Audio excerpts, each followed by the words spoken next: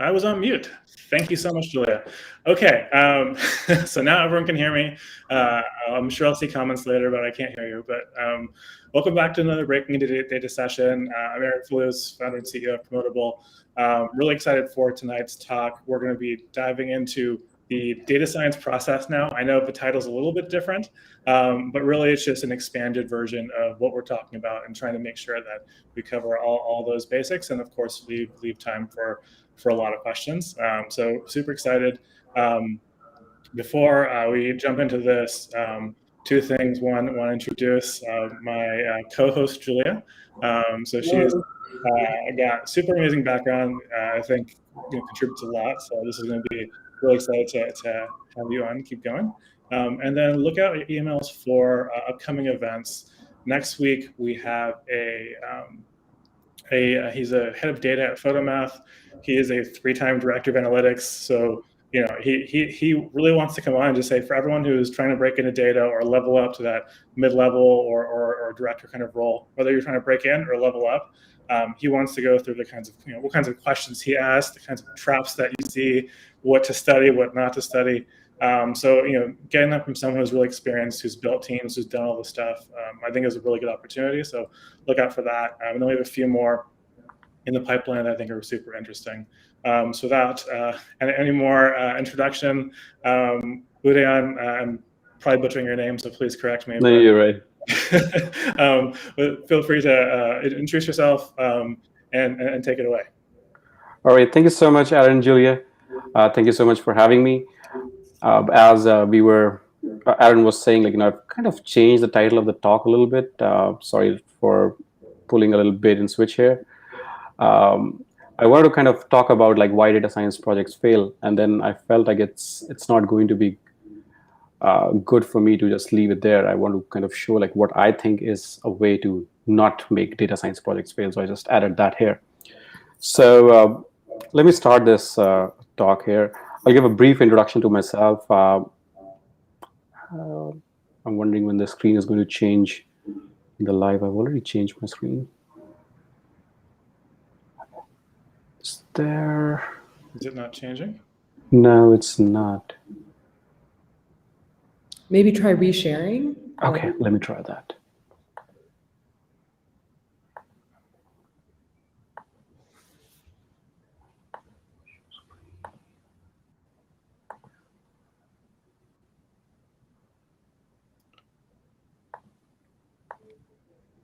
Okay, I see it. Okay, now it's on. Perfect. All right. So, wait a second. Okay. So, yeah, just a little bit of introduction for myself. My name is Udayan Kumar. I work at a ghost kitchen startup as a data scientist right now. I've when we were talking about the talk, I used to work for Microsoft. I worked there for almost 5 years. And before that, I worked for Now Secure, a security startup, Motorola, Amazon, and IBM Research. I've done my PhD in computer engineering from University of Florida, and kind of a fun fact is that I have no relation to Kumar from Harold Kumar series. Just putting out there. Some people have asked me. So with that said, I just want to kind of talk about this interesting quote which I found on the internet, about the data science project. And this guy, Laszlo Stragner, I hope I'm saying his name right, kind of uses this Leo Tolstoy's quote, which talks about families, but he changes this to data science, and he says, successful data projects are all alike, and every unsuccessful project is unsuccessful in its own way. Kind of, I feel like it's very deep for me to just think and ponder on it. So I just thought I'll share it with you as well. So the objective of this talk is basically to showcase a new data science process that improves the chances of project success. And of course, this is the best one because I came up with this. So just want to show it off here. And of course, you as a viewer, you're spending so much time with me for this hour. Thank you so much for that. You must be asking, why another data science process? There's so many of them around, right? So let's go into this. So there is rampant data science failure as per media. Gartner says that 85% of the big data project they fail, right? 87% of the data science project never make it into production. That's VentureBeat. And throughout 2022, only 20% of the insights will deliver business outcomes.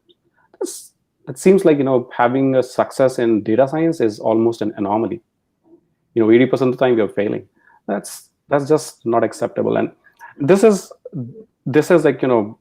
coming from media and other places, and I can anecdotally from my evidence also see that these are correct. A lot of projects at my previous employers, they failed. I know because I talked to a lot of people there. My projects have failed. So this statistics is not far off from what I have seen. And what are some of the main causes of failure?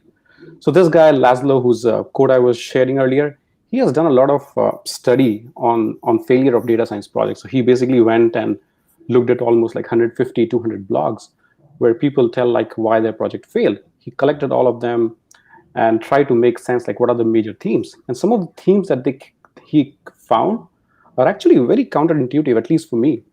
So I'll share some of those with you. So one of the first one he found was organizational. So it's like leadership, employees, and infrastructure, which was a main cause of project failure. So leadership, sometimes people want to put data science into things that didn't require data science, right? Some things that can be solved with if then else, they don't need a machine learning model to run.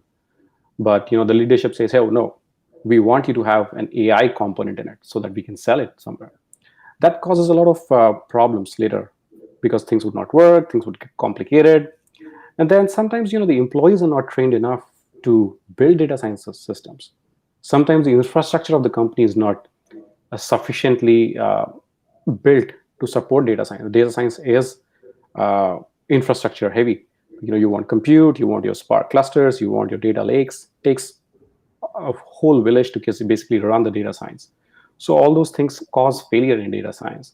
There's some other things which kind of prop up a lot these days, which are legal. Privacy, like with the GDPR, a lot of data access has been denied. Even if you're working in the company trying to help the customer, a lot of problems have come up. And those, if you don't check them out before you start the project, they kind of lead to a project failure later, because later somebody else is going to say no to you. So all of these things kind of add up to it, right? Product planning. I'm sure a lot of you have seen this, that you build a project, you put it in production, and then you find that there is no business value that is coming out of it. And eventually you have to scrape it because it's very hard to justify maintaining a project that's not giving anything, right? So those things, of course, like project specification, not knowing what KPI matrix you are trying to optimize, causes the biggest problems, right? And then there is one obvious one, which is how the project is executed. Did you get the right data? Are you doing the right modeling? And this is at least the part which is the focus of data science most of the time. And this is one is kind of this was my thinking that this would be the obvious cause of failure, data modeling and project execution. But this is only one of the 5 top things that cause the failures. And the last one, but not the least, is the operations. This one is super important. I mean, once we put the project in production, we want to monitor it continuously. We want it to make sure that things are running fine, the accuracy is not dropping, and somebody's there to do troubleshooting if there is a sev1 or there is a failure in the service, right? Without these, people would just let things die. So now the question is, we talked about failure, but so how do we kind of convert these failures into success now? Before I go there, just like a true data scientist, I want to define what success and failure is. So let's talk about this. So what is success in data science? And that's just my opinion. I'm not saying about anybody else. It's just mine. I feel like it's not putting the product or project in production. It's not finding an acceptable solution. It's not publishing a paper. There's nothing about publishing a paper there. It's the fastest way to identify when to stop investing more time on a project. aka basically hitting the point of diminishing returns as soon as we can in that project. Why?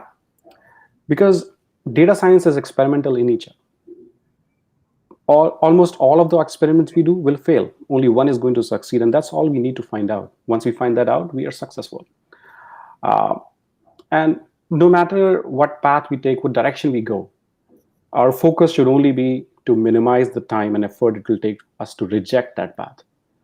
Because there will be so many directions, like if you go just for, like if I take an example of NLP, and we go into the direction of cleaning the text, we can easily write a dissertation on how to clean text. Somebody would say, hey, remove the dashes. Somebody would say, remove the accents. How do we internationalize? All of that would just make everything complicated. So there are so many paths for us to take, even in like one small section of the task we have to do every day.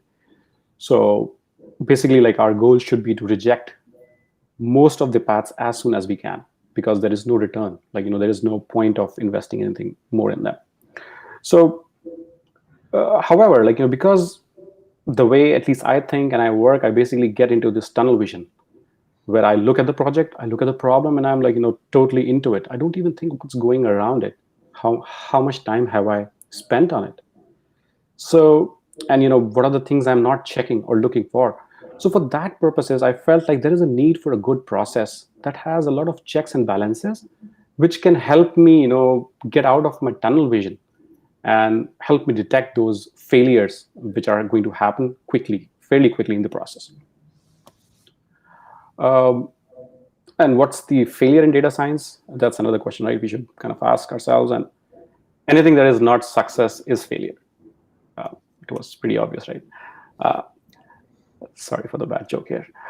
So before I go into this, I want to kind of talk about some of the existing data processes and show you like why they don't make sense for me, and maybe you also agree with me on that. So here is a data science lifecycle that Microsoft developed. As you can see, it has so many blocks in it. It's super complicated, but it talks about business understanding, how do you acquire data, how do you deploy, modeling. Talks about the different sources from where the data is going to come, how you're going to acquire, and at the end they say there is a customer acceptance here, which kind of takes you to the end of the project. This is one example of it. They also tell you like different roles of people in that project lifecycle. Business understanding kind of takes project leads and project managers help. Then the data scientist kind of comes in with the data understanding, modeling, deployment part. And then there is a role which is missing in this, which I feel is very common now as a data engineer, who kind of takes that modeling aspect and takes it to deployment and acceptance later on. In some cases, of course, right? It's not required. But I think that role has been taken away by solution architect here. So this kind of tells us like, what are the roles? How do you run it in a big corporation? What are the roles taken by different people? It's pretty good. I was part of the team that developed this. So I should probably say that it's good. Then there is this another one which is called CRISP. I forgot the full form of this, but this was developed, I think, by IBM. And this talks about, hey, get the business understanding first, data understanding, prepare the data, do the modeling, evaluation, and then deploy. You kind of keep on doing that until you basically meet your goal. And carefully, it doesn't talk about how do you figure out what your goal is. And then this is super interesting because this is the process, I think, from 1992. This is knowledge discovery in databases. It's previously before the AI was a term, probably. So it talks about like take the data, do the selection, pre-processing, transformation on it, mine the data and evaluate the results from it, then kind of go back into that circular loop and redo the steps that were not giving you right results. So now, all right, sorry, I'll bore you with the fourth one as well. This one comes from a book. It's called Doing Data Science. They talk about from a different perspective, which is very interesting. So they talk about like, we have a reality. We will use our data knowledge and data extraction to extract reality from the world, do our exploratory analysis, build the models, and feed the results back into the reality, which is kind of the process we have, right? So these processes are super useful. Like, having basically, if you have no processes, having this process is of course better. But then I find like they have their own shortcomings.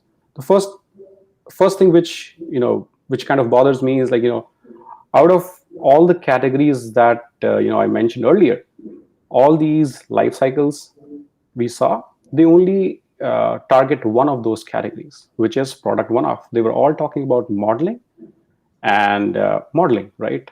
And data. There was nothing else. There was no question about business goals. There was nothing about leadership, infrastructure.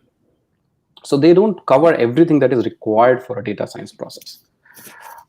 No guidance on when to change states. So I don't know there is nothing that says when you can move from business understanding to data acquisition, or from data acquisition to modeling. There's no check.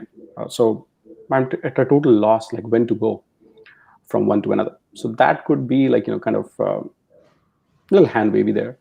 And then there's no guidance on project operation under production environment. So once I put things in production, there is nothing in this life cycle which tells me how to keep that running. So these are the things which kind of provoked me into kind of bringing my own twist to it. And then this is what my simple process is. It has only 3 blocks to begin with. So I start with the business requirements, then you kind of build the proof of concept, and then you take it to production. You can see the arrows, they go from every block to every other block, because it's kind of possible, once you have the full iteration from business requirement, proof of concept to production, you may want to come back, or you may want to go back to business requirements and push it back to production. There's no need to do a POC. It could be just the output variable, for example, that is coming from your model. It needs to be changed from 0 to 1 to 0 to 100. Sorry, I just made up an example here. But those can cause you to go just directly from business requirement to production. However, each of these states is comprised of multiple other blocks. And I'm going to walk you through it and bore you out of these things. So in the business requirements, we have 2 things that we have to do before we can go from business requirement to proof of concept model. So we have to define and refine the business objective, and we have to have data requirements and data acquisition. Without doing these, we cannot go to the next step. And that's why my processes kind of have the gatekeepers, and I'm going to talk about them. So let's go into this first block of define and refine business objective. In this part of the process, there are 2 actors. There's PM, which can be a product manager or program manager, and then there is a data scientist. So what are the gatekeeper checks that can allow us to go through this block? So first of all is agreement upon the objective by business partners. This is sometimes we miss. We will talk to somebody from our stakeholder team. They'll say, oh yeah, I need that. And then you start working on it. I think the correct way to do is you go formulate your data science process, and then go back and ask the business partner, hey, this is what I am thinking. Do you agree with it or not? And they should sign it off saying, yes, I agree with what you're going to build. And then there should be a list of KPIs that you're going to measure. KPIs stand for key performing indicators. So unless we have what are the things that we are going to change, doesn't make sense for us to go and build the models. And then we should also define what is the change in the KPIs that would ensure success. A good example for this would be, say we have a call center, right?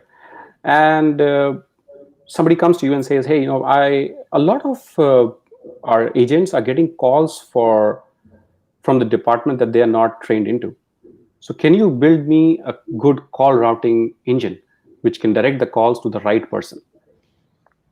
Now, if that problem comes to me, the first thing one can do is basically start thinking about, what model will I build? How will I get my supervised learning data? What are the labels I can use, right? But instead, I think the first thing we should be doing, and this is me talking when I'm not in a tunnel vision, probably in my tunnel vision, I would just go and start solving that problem, would be to say, hey, what is the amount, how many calls are misrouted, first of all? What would be the success? Say if I reduce that misrouting by 30%, would you be happy? And that once the business owner says, yes, I will be happy, that is where we should start working on it, on solving that problem. So this is one of the gatekeeper checks, right? So list of challenges and constraints, we should kind of think through it and build it out. Identification of human validators. Eventually, most of the ML processes, when they work with people, you want it to be validated. For this, say, call routing example, right? You would want people to validate that you did route it correctly, or the person receiving the call was destined to receive. So those things you would have to preset.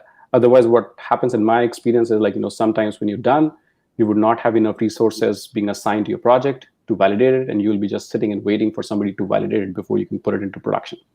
So have that. And then also kind of identify what are the challenges with existing systems. Sometimes the challenges are really simple. Sometimes it's just asking the customer, hey, which department do you want me to route the call? And the customer knows where to go. So the customer already knows there's no point of building a data science routing system here. So that is one thing kind of just very obvious, but we want to kind of have this in our checklist. Requirements for production system. Do you want it to be real time, batch processing? If it's real time, is the data also going to be in real time? All those sort of things are going to come before we start coding the system. And then what are the data requirements and acquisition? Similarly, what is the percentage of data that is available? If you're doing call routing, do we have logs from the previous runs? Do we know when they were misrouted? Is that information available? If we start using our training, if we start putting the model in production and we start routing, will that affect our future training data? And how would it affect our future training data? Would that impact our retraining rates, stuff? So those are the things we can start talking about now, even though the model is abstract. The other thing is can the data be accessed and used in a compliant way? This has become one of the leading questions with GDPR coming and other privacy laws coming in. Having compliant access to data is always required, right? So we should check if we can access all the data required for it. What's the volume of the data? This is interesting. I know somebody who was training an auto encoder decoder model, and that's what they wanted to try out. And they eventually figured that they only had 2 samples of data. So they trained the auto decoder model with 2 samples of data. This was ridiculous. So one thing to keep in mind is what's the volume of data you're training, because it's going to change everything else down the path. And the last is how do you validate the data, model results, etc. So there are a lot of things that you have to check. And once you've done with that, you have a good understanding there, then you should go and build this pre-processing of data, train the model, and summarize the results. And this is still the part of proof of concept. So basically, simple things. How do we clean the data? How the missing data should be treated? Yada, yada. There's so many things we have to do before we can actually do a good job of pre-processing the data, right? Did you find anomalies? And then we start building the model. When we build a model, we should be kind of justifying and writing which metrics to use to measure the success on the test data set. What algorithm should we use? We should give a good thought on it, rather than just using something randomly. Which programming platform should we use? I've seen people build models on Julia. When they go into production, they realize that there is nothing to host a model in Julia in their production system, so they have to rewrite it in Python, or anything else. So you kind of figure out what will work, which feature engineering to use, etc. And then summarize the results. What are the best results from the model? How are they affecting business requirements? Are they affecting the KPIs in the way we want it to be? And if they're not affecting KPIs right now, then we have to go back and do our modeling again. So this is where the gate checks now come in. They are now tying this stage of proof of concept back to our business requirement space. So if they are not hitting it, we'll just say, okay, we build the model, we're not able to hit your 30% improvement, we're going to abandon the project right now. We're not going to take it to production and waste our time later on. And so some of the things here. Oh, by the way, if you folks have any questions, I'm really happy to answer them right now. Otherwise, I can keep on going. All right. I guess I have successfully put everybody to sleep. It's good. Okay. All right. So basically, yeah, we kind of summarize the results. And once we do that, and we see there's a good success there, we can go and put this model into production. And the production step itself is kind of split into two. One is to put the model in production, and the other one is to receive performance of the production system and kind of keep on monitoring it as the model is running. And then to deploy and monitor in production, we want to make sure that we do good model testing when we write it for production. This is kind of important, because as the data keeps on changing, the features keep on drifting. We want to make sure that at every deployment we are testing everything. So model testing is super important to have, and that is one thing I would say should be done when we are putting something to production. And then, are we still meeting the business production requirement? So remember, in the first check we asked what are the business production requirement? We will go and verify those. Are models able to scale to production load? Those are the things we want to test. And these are just some of the guidelines which I've seen from my own work. You are free to go and add things into it. It's not a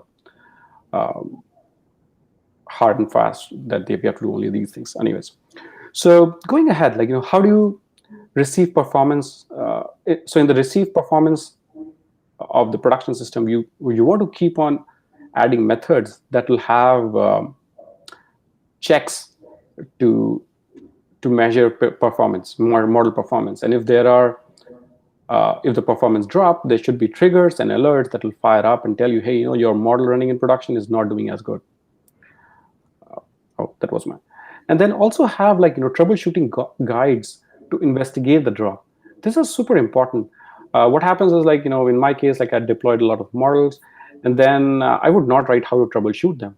What happens is that the engineer who's running it in production, when the model fails, would have no clue how to solve it. So guess what will happen? They are going to call you up and wake you up in the middle of the night saying, hey, your production model is not working. I have no idea how to troubleshoot it. Can you help me? So as a good practice, and to get you off the hook, and for you to be able to sleep through the night, you should write a troubleshooting guide. And once you have those things in place, you can basically say, okay, I'm done with my deployment in production. Kind of, you're done with your production system phase. I talked about a lot of these checks and balances that we can add. How do we kind of use it in practice? One practical way that I have found is basically to use the template creation, either in Azure DevOps or Jira system, which will have all these checks created for you. So you just go and say, hey, I want to start a new project. I'll create all these tasks for you. And as soon as you tick mark all the tasks, you close the task, it's going to create the new stage, the next stage, and the task for that.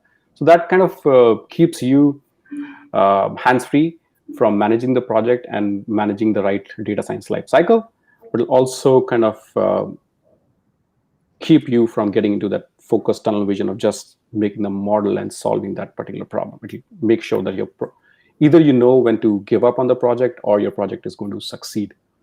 And of course, as I said, you feel free to customize any of the tasks based on your learning, your experience, your company, or your task. You can keep on changing those tasks and adding more or deleting them. So yeah, that's all I had for today. Awesome.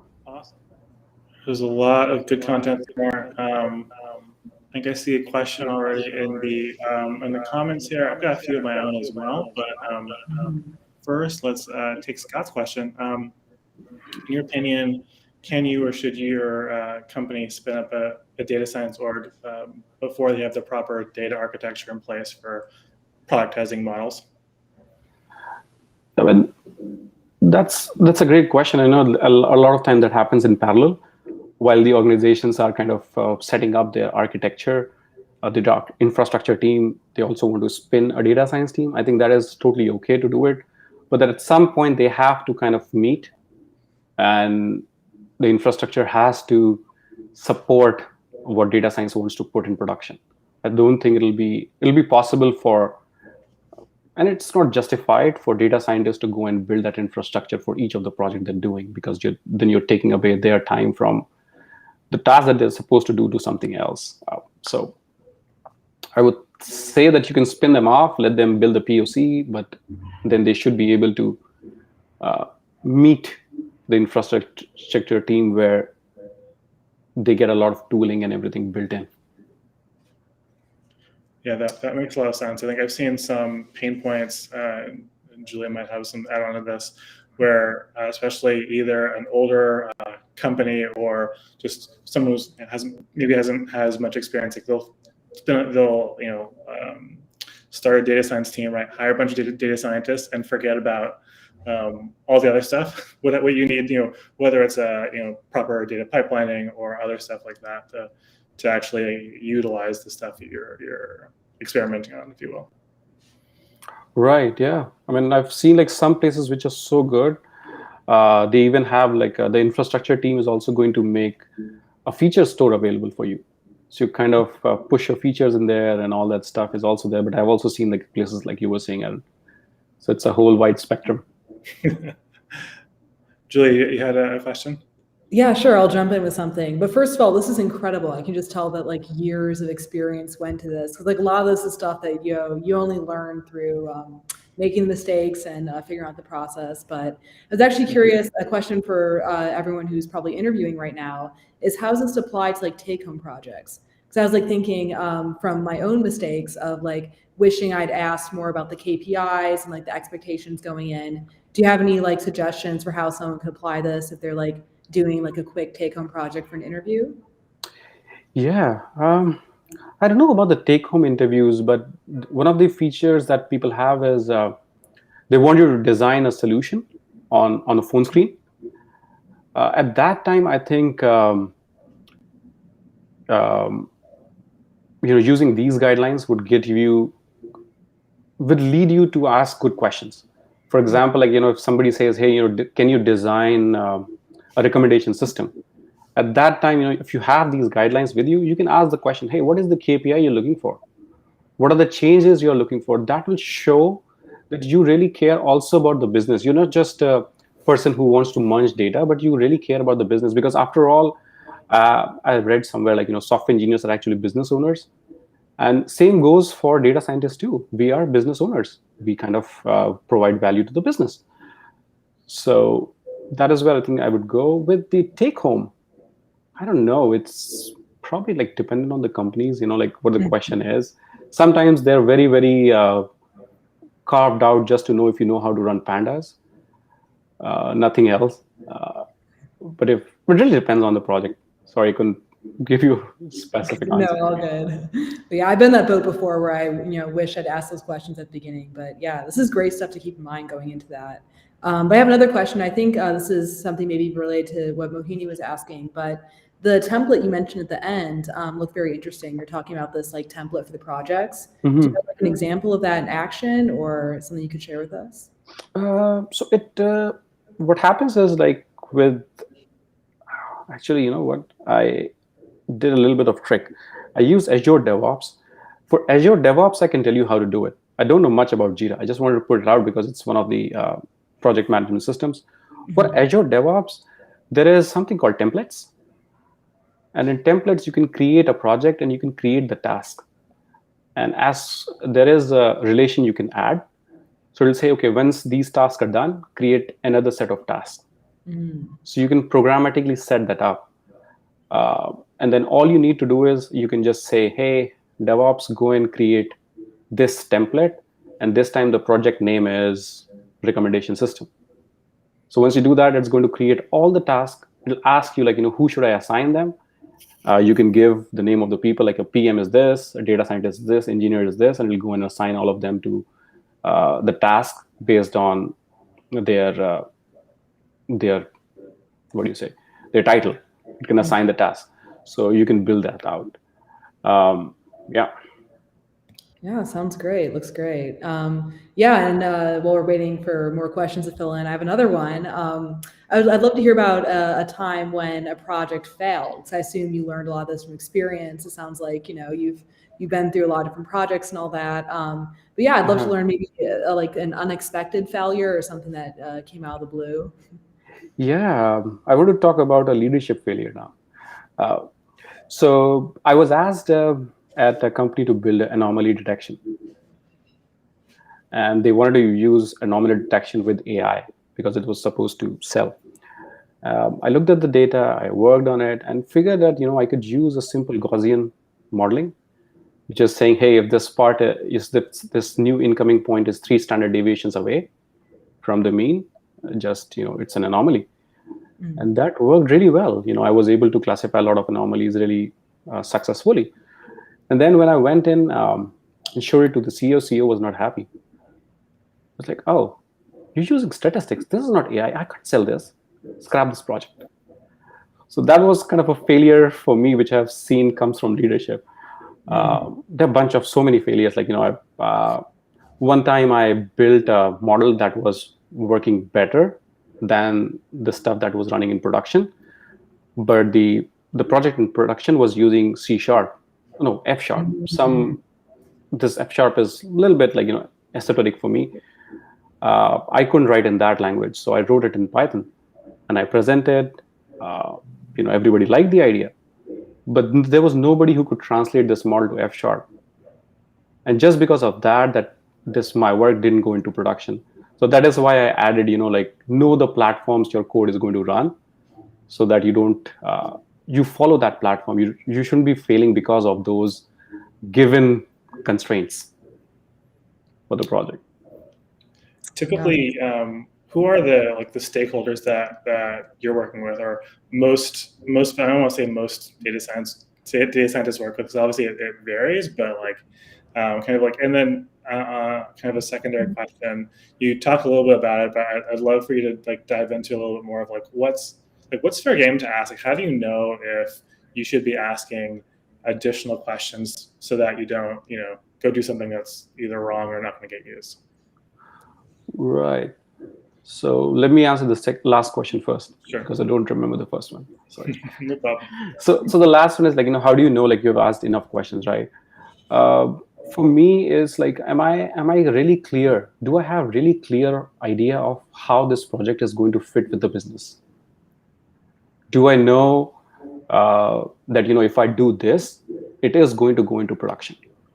So unless I'm very clear on that part, that what will it take to make a change in business, I will keep on asking questions to clarify that. I would keep on asking, hey, what is the priority? Who's the end user? And if any of those answers are not clear to me, I would not do that project, because it's probably not a priority if somebody is not. If you don't know who your stakeholders are going to be, it's probably not a project is not a priority. Yeah, I mean, my first question goes back to stakeholders. I'm curious, typically, who are your stakeholders? Because I think sometimes it varies, and do the questions you ask vary by stakeholder? Right. So I think the stakeholders kind of change with the kind of role I have. Like previously, I had a role in a support org. So a lot of my stakeholders were operations managers who were running the operations of the company. Now I work in a product company. So a lot of my stakeholders are product managers. They want to add a feature to the project, and that is where they need data science expertise. So I kind of talk with them. And then in terms of how often when they ask you for something, do you see the request, but you realize, oh, that's not necessarily, it's not, the question isn't created in data form, if you know what I mean. It's not right. You'd actually use, you have to figure out, oh, actually that's not what they're asking for. Right. So I think one of the things which I do is I say, hey, let's hypothesize that we will build a data science solution and say it's running. What is the thing that you would want to see from the outcome of this project that will make this successful?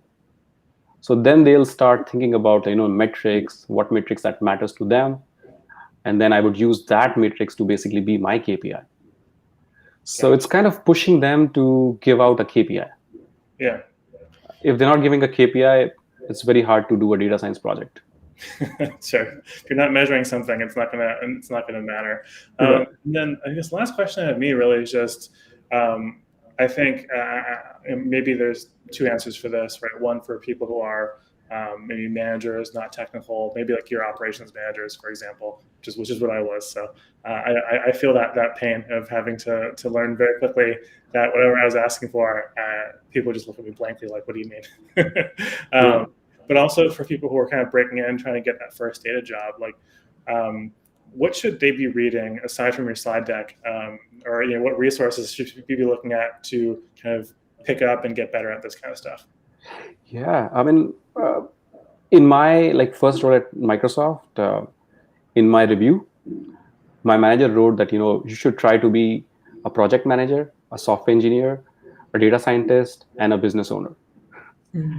So those are the things I think each data scientist has to deal with.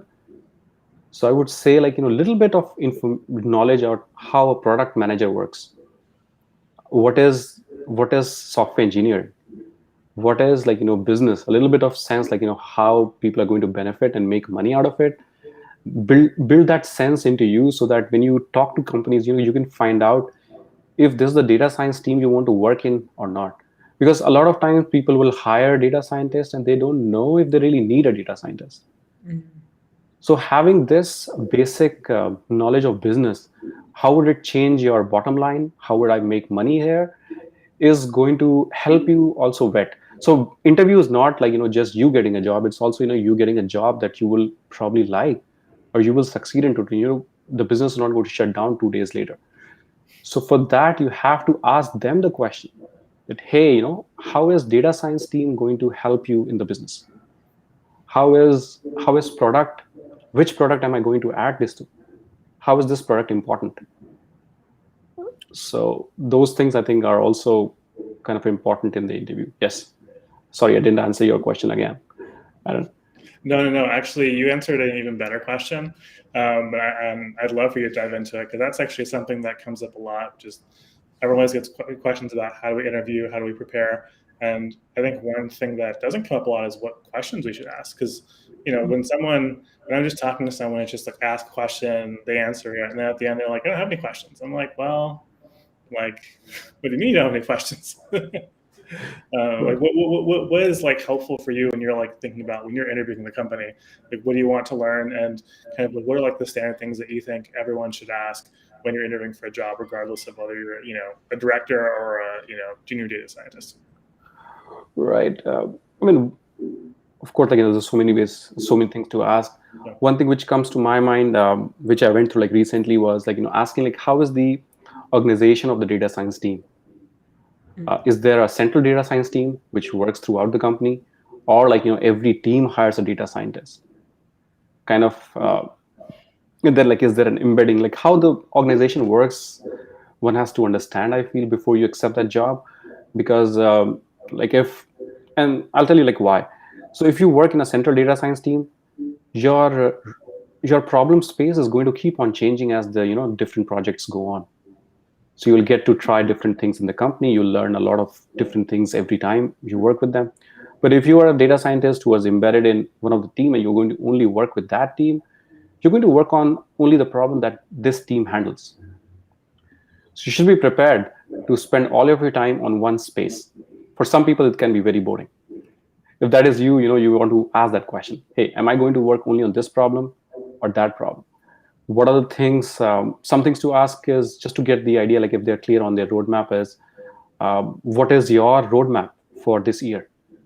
Even what is your roadmap for this quarter? What are the things you want to get done in this quarter?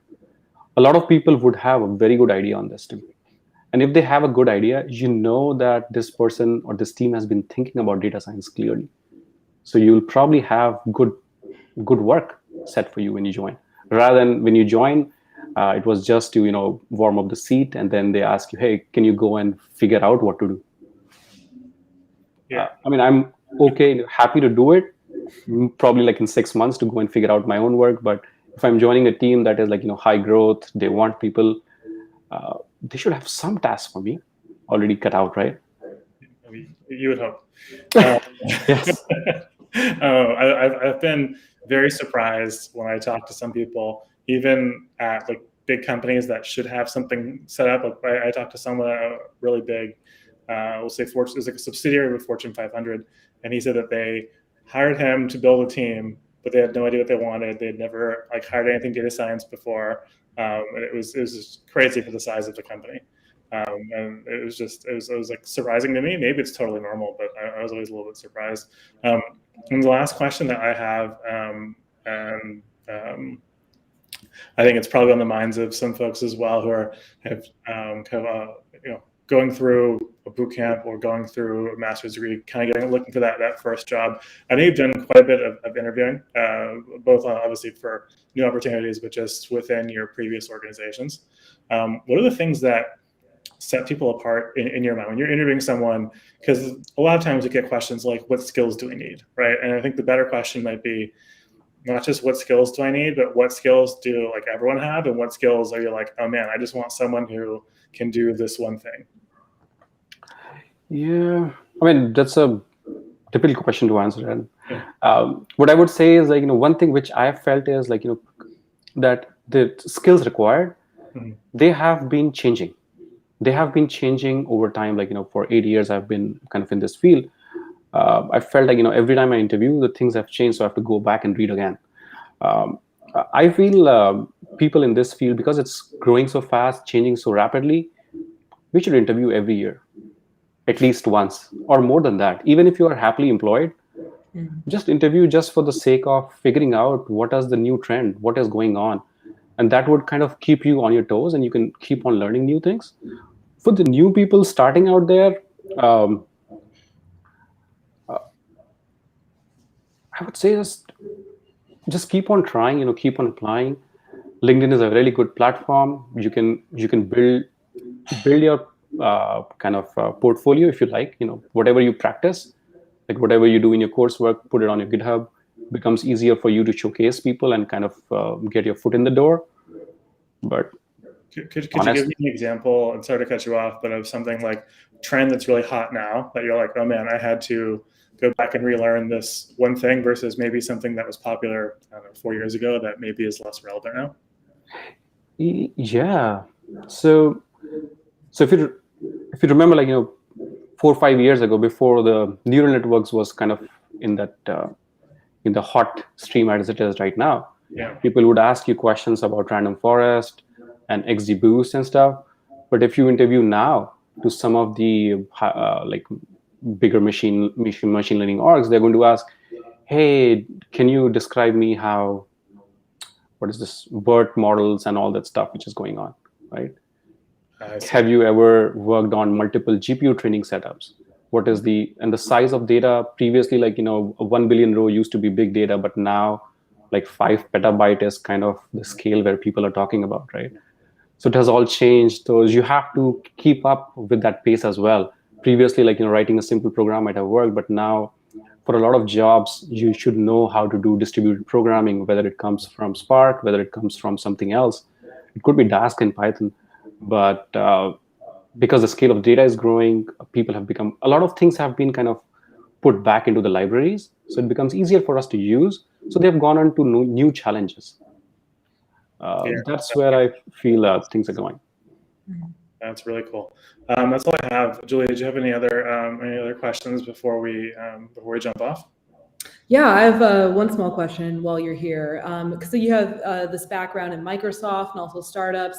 I'm just curious, like, on a closing note, like, how do you see the data process kind of operating differently in those environments? And if you have a favorite, I mean, obviously you're at a startup now, but yeah, I'd love to hear a little bit about that. I mean, I think it's with big companies like Microsoft, it really depends where you are. Like, sometimes even in a big company, the team is a startup. So you will get that fast pace. You will get quick moving teams, which will allow you to make changes. However, if you land up in teams which are like for Microsoft, a lot of their products are like 20 years old. So there's a lot of history to that project. So making a change there becomes a little bit hard sometimes, because there's so many things you have to deal with. There's so many teams which use it. For example, like, I was working on this support ticket problem where we wanted to kind of rank order like support tickets. And one of the challenge for me was, how do we train 1,500 support staff to use this algorithm now? So those things would slow you down. And a lot of people would say, no, you can't change 1,500 people. You have to change your process. And that is what I had to do. Like, our process was initially very simple, But then instead of a push model, we had to use a pull model, because we can't go and train 1,500 people to start using this new different technique. They're all spread around the globe. They use different languages. So we had to write documents which would be translated into multiple different languages so that everybody can read. It was just a lot of work to be done. So Wow. those are, some of the things kind of to be considered, like, how old is the project? How fast can you move? Do you want to move fast? And what are the things you are looking to learn? For me, like, learning that was very important, because I wanted to understand like how the business works. And so I really learned a lot about project management, how to use data science so that we can influence, basically, like, using the bytes to change the bits in this world, kind of analogy. So I'm using that to help support stuff. So for me, it was pretty good. But for somebody else, it might be very frustrating, because it took me like almost a year to push my model into actual usage because of all these challenges. Wow. Yeah, that makes sense. Yeah, and I love that you bring up that particular example, because we always forget that you have to retrain 1,500 people. Like, it's, we're just looking at this little model that we're playing with here. It's like, oh yeah, it should be super simple, right? Move on.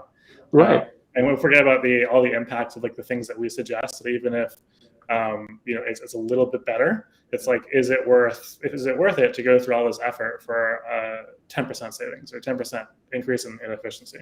Right. So that's like something that I know, like, sometimes I forget to think about, and so I'm hoping that everyone else also remembers that when you're on your data science stuff. Always remember, what else is going on with the business and other impacts, because I don't know if that's a thing that comes up in case studies a lot, where it's like, we want to do this, here's what this means outside of this particular answer. Right. And a lot of times, like, I have made the same mistake again and again. That is where I thought, like, having these checks and balances would help me kind of, not fall into those traps. And that's where this idea comes up from. Awesome. Well, that's all the time we have, but thanks for giving us a whole hour. I learned a lot. I'm sure everyone else did as well, and everyone will be watching the recording. So I'm sure I'm going to get the emails after this. But thanks a lot for being with us today. And then for everyone who's online, please give us a like or follow on LinkedIn. It's always helpful, and of course, that'll also mean that every time we go live, you'll be able to see. It'll be right on your notifications. So even if you don't even sign up for an event, you'll still see us when you go live. So always better to do that. And with that, that's all we have. Thanks for coming, and hope to see everyone next time. Thank you.